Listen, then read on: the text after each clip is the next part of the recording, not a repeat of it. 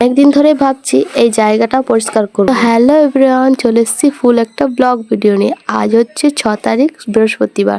তো সকাল সকাল দেখো আমরা সবাই মিলে কাজে লেগে পড়েছি, যে যা নিজের। তো আমি অনেকদিন ধরে ভাবছিলাম, মাও ভাবছিল, তো এই জায়গাটা পরিষ্কার করব আর এখানে গাছ লাগাবো। টাইমের অভাবে সেটা করে উঠতে পারছিলাম না। তো আজকে একটা টাইম বার করে আমরা 3জন মিলে লেগে পড়েছি কাজে। দেখো জায়গাটা কতটা নোংরা হয়ে গেছে, আর এটা আমাদের উঠোনের মধ্যেই জায়গাটা আছে। আর এখানে যদি আবর্জনা করে রাখি তাহলে তো সাপ খোপ কোনো কিছু ঢুকে থাকতে পারে, আর মেয়ে তো এখানে সবসময় খেলা করবে। তাই আমরা ভেবেছি সামনে যত ইটা আছে আমরা সাইডে সরিয়ে দেবো, সামনে কিছু রাখবো না। আর দেখো তুলসী মন্দিরটার পাশে সবকিছু রাখা ছিল, দেখতে খুবই বাজে লাগছিল। আর জানো তো বন্ধুরা, এই দরজাগুলো না খুবই ভারী, যেহেতু কাঠের দরজা তাই। আমরা ততক্ষণে এই কাজগুলো করতে থাকি। তো তোমরা যাও ঝটপট করে আমার ইউটিউব চ্যানেলটাকে সাবস্ক্রাইব করে আসো। আমার ইউটিউব চ্যানেলের নাম হচ্ছে প্রীতি মিনি ব্লগস।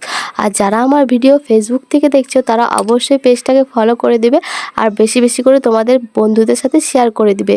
তো আর লাইক কমেন্ট করতে কিন্তু ভুলবে না। বন্ধুরা, আমাদের দরজা দুটো তো সরানো হয়ে গেছে, আর একটা আছে, এটাও সরিয়ে দিচ্ছি। তো এই দরজাগুলো সরাতে 3টে ছিল, এতটা ভারী না। আমার যেহেতু আমার মেয়ে সিজারে হয়েছিল, আমার না কোমরে খুব ব্যথা হয়ে গেছে বন্ধুরা, জানো তো।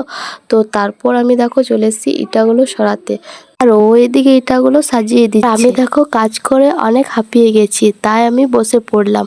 আর যাদের সি সেকশন ডেলিভারি হয়েছে তারা তো অনেক বুঝবেই যে বেশি কাজ করলে কোমরটা কেমন ব্যথা। যাই হোক বন্ধুরা, এই জায়গাটা সব কাজ কমপ্লিট হয়ে যাওয়ার পর কেমন দেখতে লাগছে তোমাদেরকে নেক্সট ভিডিওতে শেয়ার করব।